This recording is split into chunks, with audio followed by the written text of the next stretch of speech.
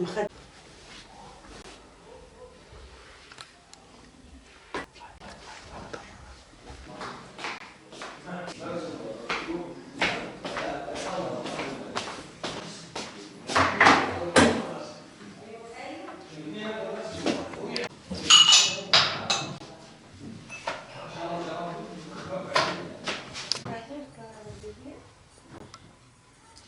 tane yattı, kadın içeride, kızım öteki, kızım burası. Buraya ne yapayım, boğuz bir yeri su.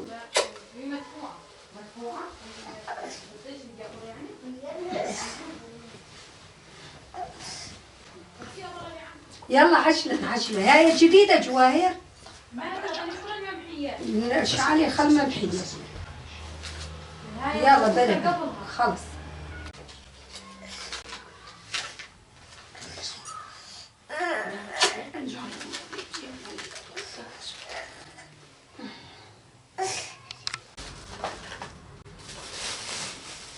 أنا kocam.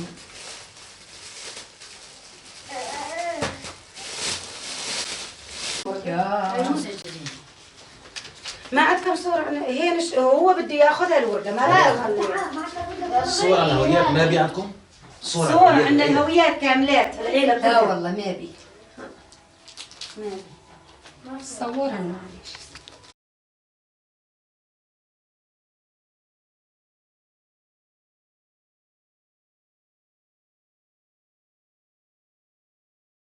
Üç sene, dördüncü sene girdik.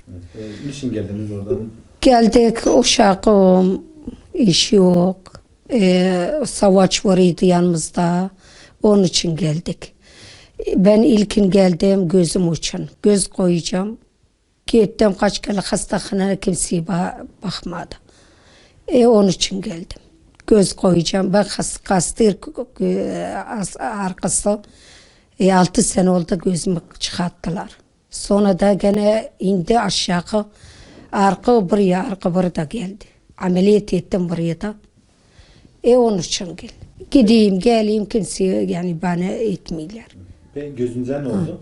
Gözümü, Evet. gözümü çıkarttılar bir tane. Yani Boş, şimdi gözüm boş. Evet.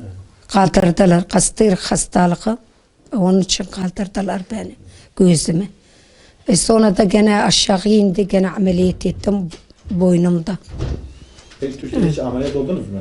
Ameliyat etmedim Türkiye'de. Niye? Orada ettim geldim, onun için lazım değil. Göz koyacağım, kimseye bakmıyor. Her gideyimse o yollar İstanbul'a diler git, ben bilmiyorum ki İstanbul'a. Ne yol ne kimseye ben gideyim.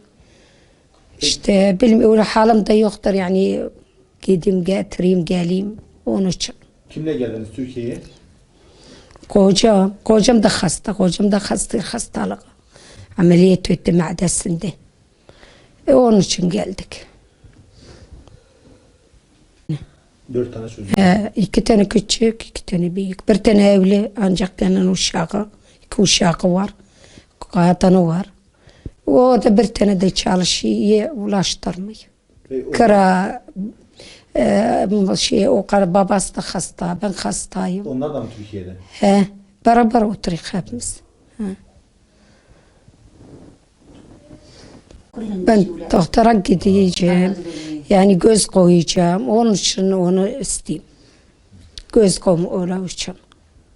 Yani bu arkadan bak aile.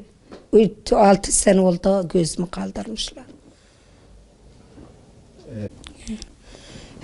O gözümü de ilaç etmezsem arkayı. Şimdi bende ilaç var. Daim ilaç vereyim gözüme. Gözüme ilaç verirse arkayı.